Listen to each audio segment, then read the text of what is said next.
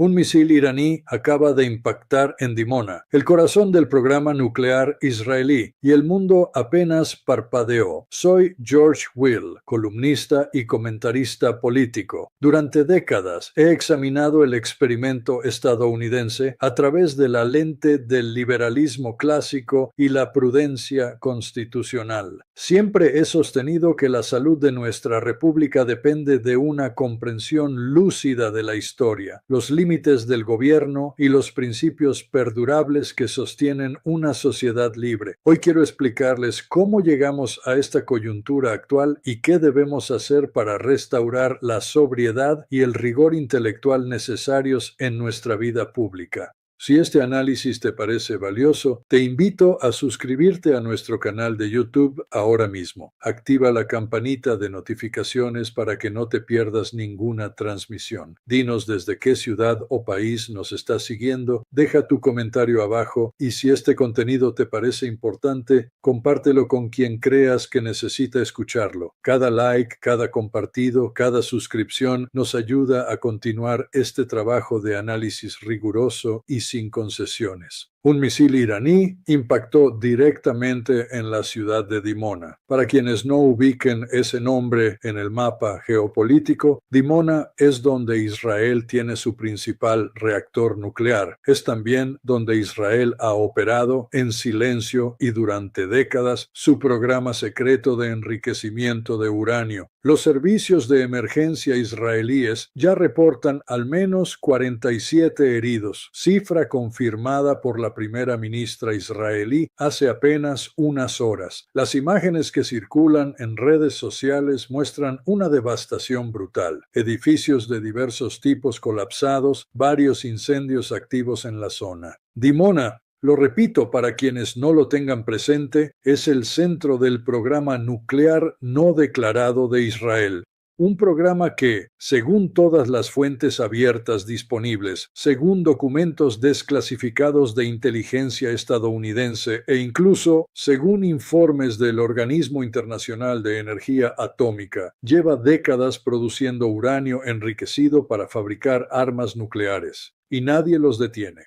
Los datos disponibles indican que Israel comenzó a enriquecer uranio en Dimona desde la década de 1960. Imagínense la escala de esa operación sostenida durante más de 6 décadas. Y sin embargo, Washington se indigna porque Irán está supuestamente a punto de enriquecer uranio con fines bélicos, cuando Israel no solamente lo hace desde los años 60, sino que lo ha hecho con la complicidad tácita de la Casa Blanca. Por mucho tiempo, las administraciones estadounidenses se hicieron de la vista gorda, mientras sus propios inspectores y agencias de inteligencia documentaban lo que estaba ocurriendo. Los documentos desclasificados de la CIA y del Departamento de Estado provenientes de aquellos años 60 ya señalaban con claridad que Israel estaba fabricando armas nucleares en Dimona y sin embargo nunca hubo sanciones, nunca hubo una inspección obligatoria, nunca se le impusieron a Israel consecuencias diplomáticas reales. Es una omisión que, observada desde la perspectiva de los principios del orden internacional, que mi país dice defender, resulta difícil de justificar intelectualmente.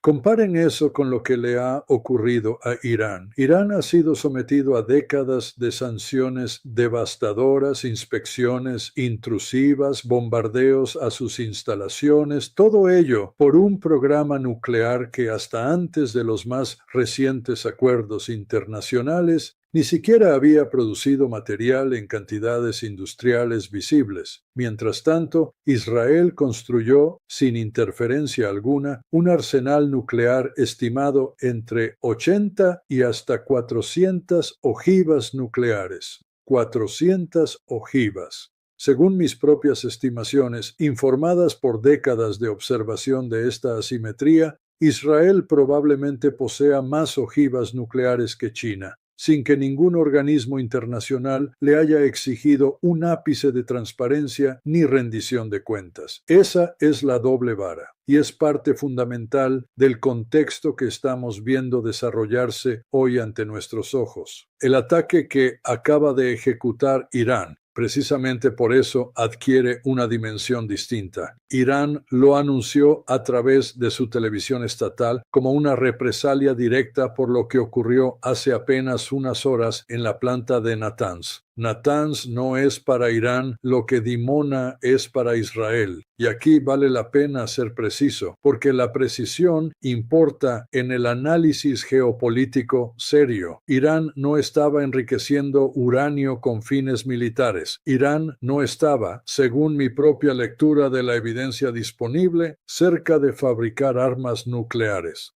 De hecho, existe una dimensión de este asunto que pocas veces se menciona en los grandes medios occidentales. Irán mantenía vigente una fatua religiosa, una orden del ayatolá que les prohibía expresamente enriquecer uranio con fines bélicos, un mandamiento religioso activo. Por una cuestión de doctrina islámica no lo habían hecho. Mantenían activo su programa nuclear declarado con fines civiles.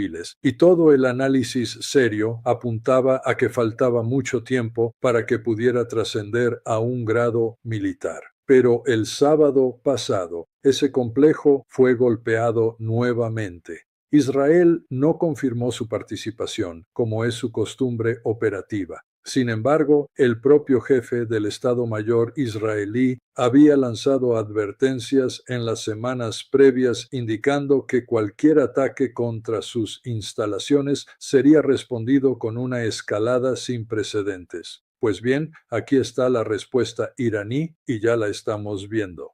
Lo que convierte este episodio en algo cualitativamente diferente a todos los intercambios militares anteriores entre estas dos potencias es que se rompió una regla no escrita que había sostenido, de manera frágil pero efectiva, cierto equilibrio en este conflicto. Por mucho tiempo, Irán había mantenido un límite autoimpuesto de no más de 2.000 kilómetros para el alcance de sus misiles. Era una línea que sus propios comandantes militares repetían como un dogma operativo. Y esa línea quedó anulada hace apenas unas horas, cuando Irán lanzó misiles contra la base Diego García, un enclave británico en medio del Océano Índico que opera como base avanzada de los Estados Unidos. Esa base está ubicada a más de 4.000 kilómetros de territorio iraní, es decir, Irán tiene ahora el doble de la capacidad misilística que Washington creía que poseía. Me resulta difícil no observar que las declaraciones del presidente Trump afirmando que Irán ya no tenía capacidad misilística han envejecido extraordinariamente mal en el lapso de menos de 48 horas.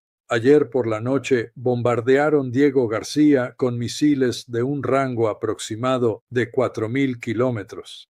Y hace unas horas lanzaron misiles directamente hacia Dimona, el programa nuclear israelí.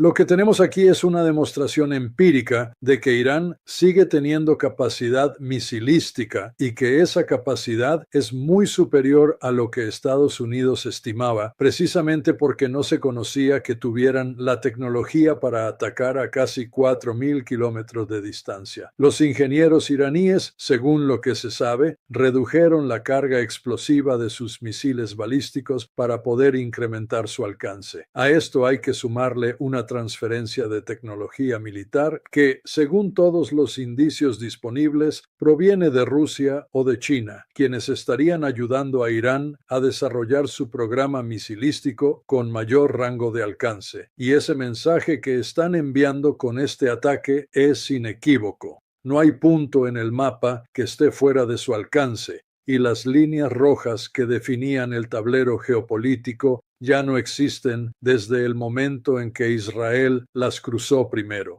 Aquí es donde la situación se vuelve verdaderamente compleja y donde el análisis responsable exige serenidad antes que alarmismo. Estamos hablando de una guerra que puede terminar en un desastre nuclear en cualquier momento. Cuando un misil impacta en las cercanías de un reactor nuclear, el problema ya no es puramente militar. Se convierte en una amenaza para la humanidad en sentido literal. El riesgo no es solamente que explote un edificio en Dimona. El riesgo real es que se libere material radiactivo que contamine por décadas tanto Israel como buena parte de Medio Oriente, y ese riesgo existe también del lado iraní.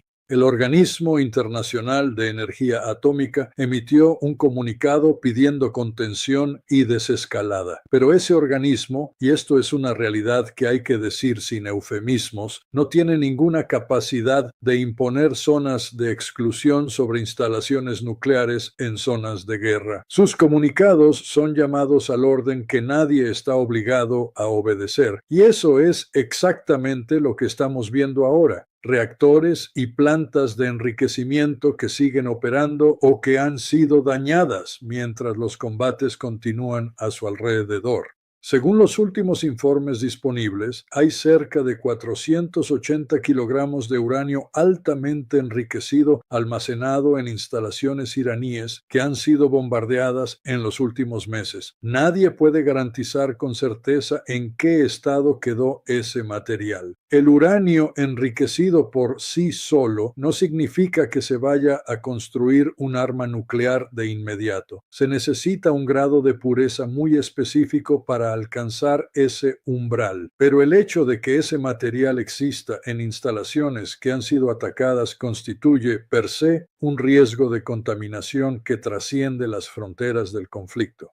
En Israel el cálculo es diferente y más alarmante, porque Israel nunca ha permitido inspecciones internacionales en Dimona, jamás. Enriquecen uranio a discreción para fines militares con un arsenal de ojivas nucleares cuya magnitud exacta desconocemos, pero que las estimaciones más conservadoras sitúan en decenas y las más generosas en 400. Y sin embargo, para Washington, la amenaza de ese programa nuclear no existe. Bombardean Irán por estar supuestamente a punto de desarrollar una ojiva nuclear, mientras permiten que Israel fabrique 400 desde 1960. Y mientras todo esto ocurre sobre el terreno, el discurso de los actores principales muestra una contradicción que vale la pena señalar con toda la precisión que merece. He observado durante décadas cómo la política exterior estadounidense navega entre las tensiones de sus declarados compromisos con el orden internacional y sus alianzas estratégicas. Lo que veo ahora es una contradicción que ya no puede sostenerse intelectualmente. Trump ha estado sugiriendo que quizás es el momento de buscar una salida diplomática, que es el momento de cerrar esta fase del conflicto. Lo que esa señal comunica, si se lee con honestidad, es que Washington está buscando una salida porque no está ganando. Esa es la realidad.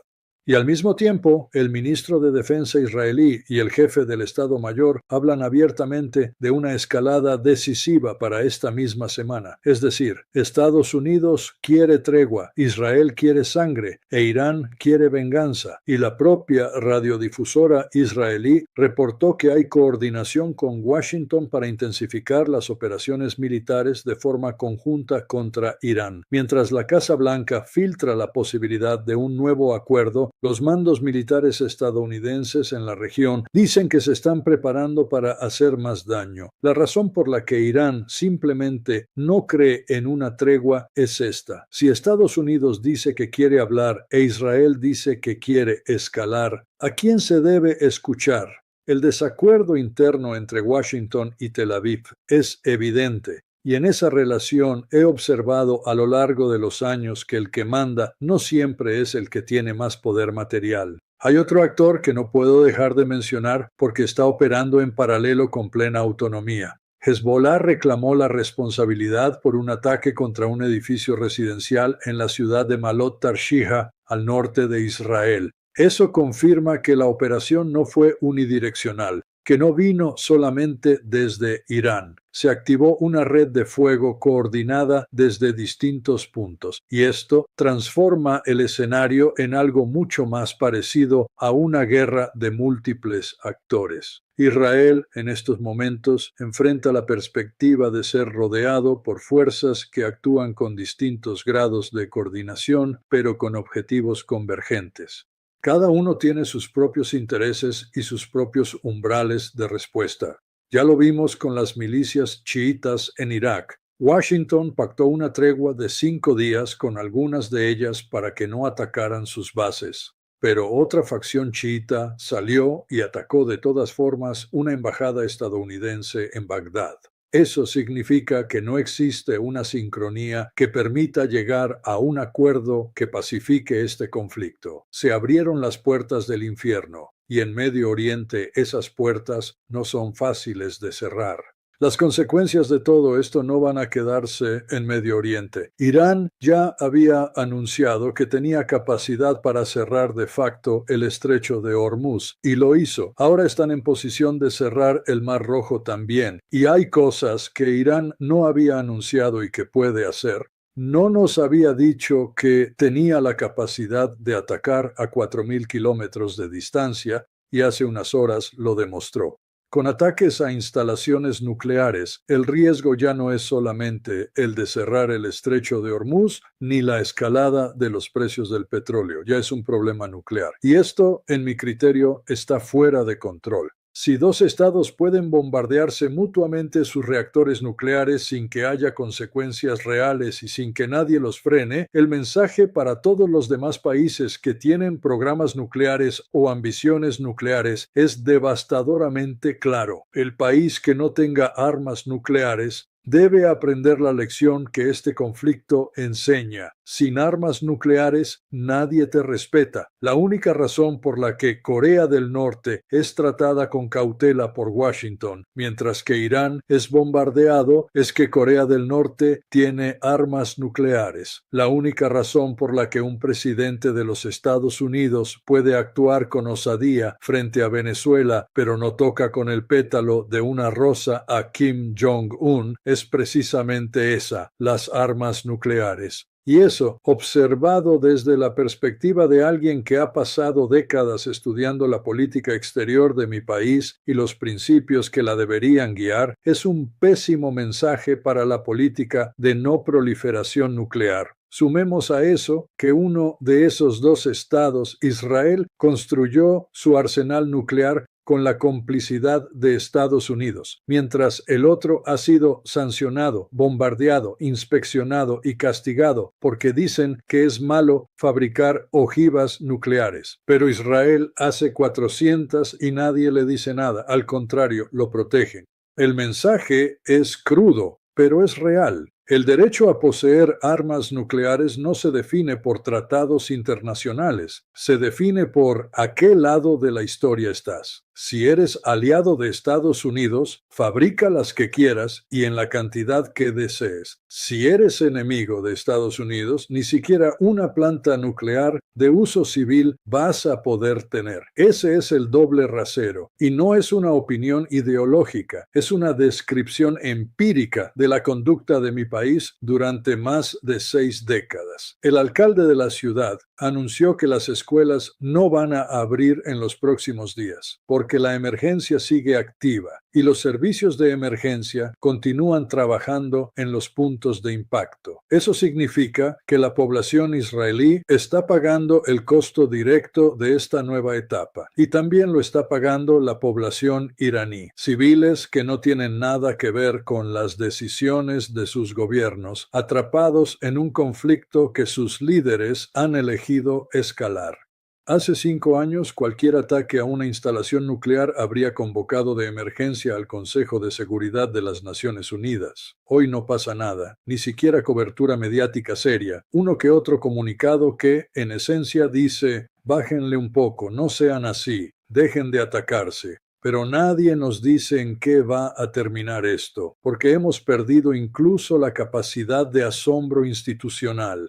¿Recuerdan el reloj del juicio final, el Doomsday Clock, que los científicos nucleares actualizan para indicar qué tan cerca estamos de la medianoche del desastre nuclear? Ya nadie lo menciona. Ha quedado obsoleto no porque el peligro haya disminuido, sino porque el peligro se ha normalizado hasta el punto de que ya no genera la reacción moral que debería generar. El margen de error ya no existe. Cualquiera de estos impactos mal calculados, un misil que se desvíe ligeramente, uno que dé en el blanco equivocado, va a cambiar todo. Este misil iraní no dio directamente en los reactores de Dimona, pero no interpreten eso como incapacidad técnica. Si hace unas horas bombardearon a 4.000 kilómetros de su punto de lanzamiento, es absurdo creer que no podrían haberle dado directamente a los reactores de Dimona si esa hubiese sido la instrucción. No fue un ojo por ojo en términos de devastación máxima. Fue un mensaje de proporcionalidad deliberada. Bombardeaste cerca de Natanz, yo bombardeo cerca de Dimona. La próxima vez no habrá esa contención. E Israel está enviando el mismo mensaje en dirección contraria. Esto ya se ha salido totalmente de control.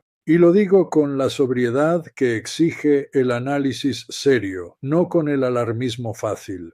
Lo digo como alguien que ha observado los ciclos de escalada y desescalada de la política exterior estadounidense durante décadas y que reconoce en lo que estamos presenciando ahora algo cualitativamente diferente. Una nueva doctrina en la que el umbral de lo aceptable ya se borró, en la que ya no hay líneas rojas, en la que dos potencias con arsenales nucleares pueden bombardearse mutuamente sus instalaciones atómicas mientras el mundo mira.